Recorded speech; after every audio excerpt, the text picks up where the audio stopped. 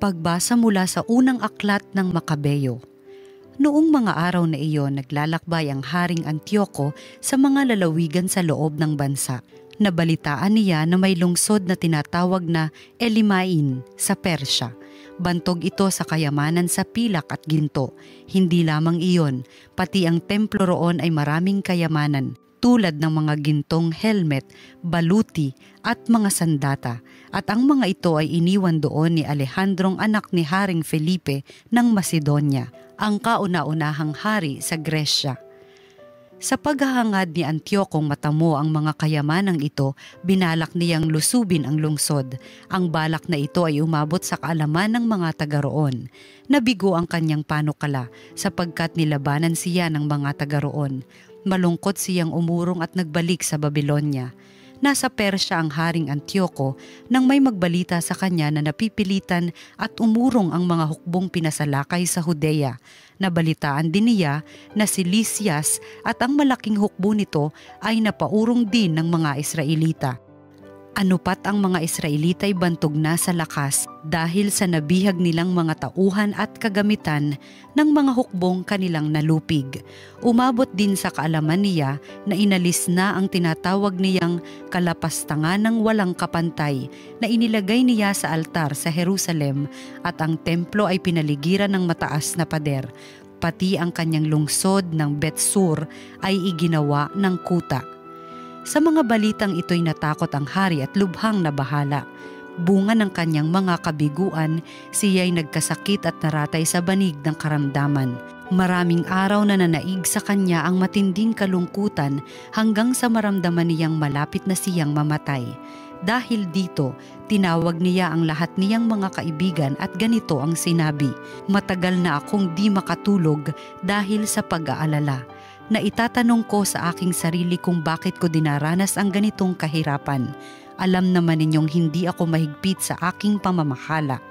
Ngunit naaalaala ko ang aking masamang ginawa sa Jerusalem. Inalis kong lahat ang mga kagamitang pilak at ginto sa templo at ipinapatay ko ang mga mamamayan ng Judea kahit walang dahilan. Alam kong ito ang dahilan ng aking mga kahirapan. Ngayon, ako'y mamamatay sa ibang lupain."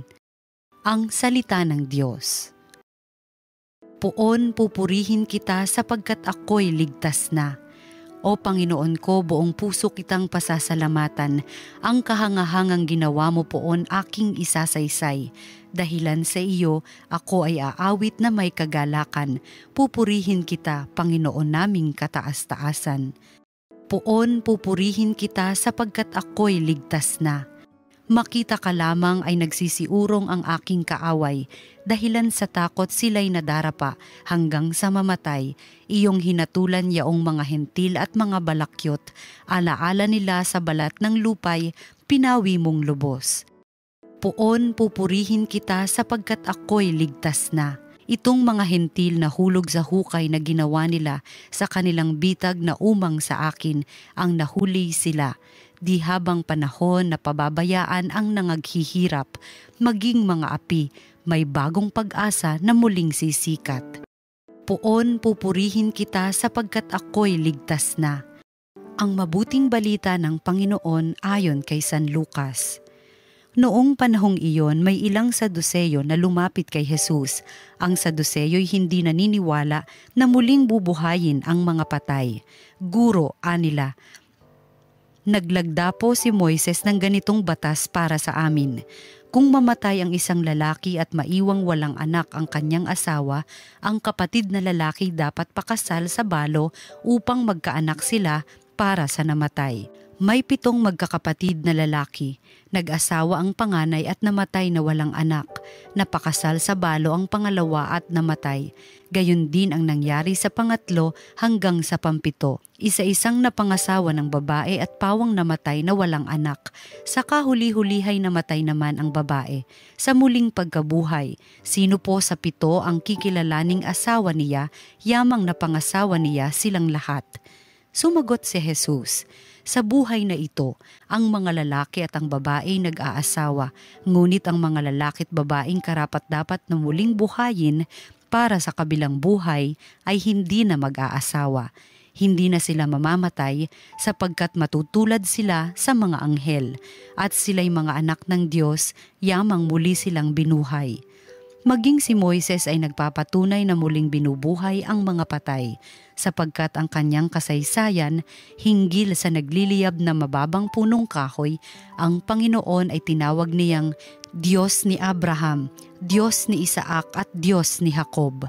Ngunit ang Diyos ay hindi Diyos ng mga patay, kundi ng mga buhay. Sa Kanya'y buhay ang lahat. Sinabi ng ilan sa mga eskriba, "Magaling ang sagot ninyo, Guro," at wala nang nangahas na magtanong sa kanya ng anuman.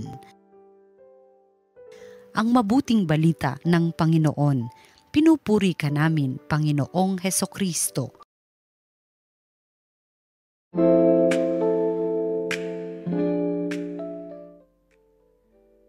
Magandang araw po sa inyong lahat. Ating pagnilayan ang salita ng Diyos, salita ng buhay.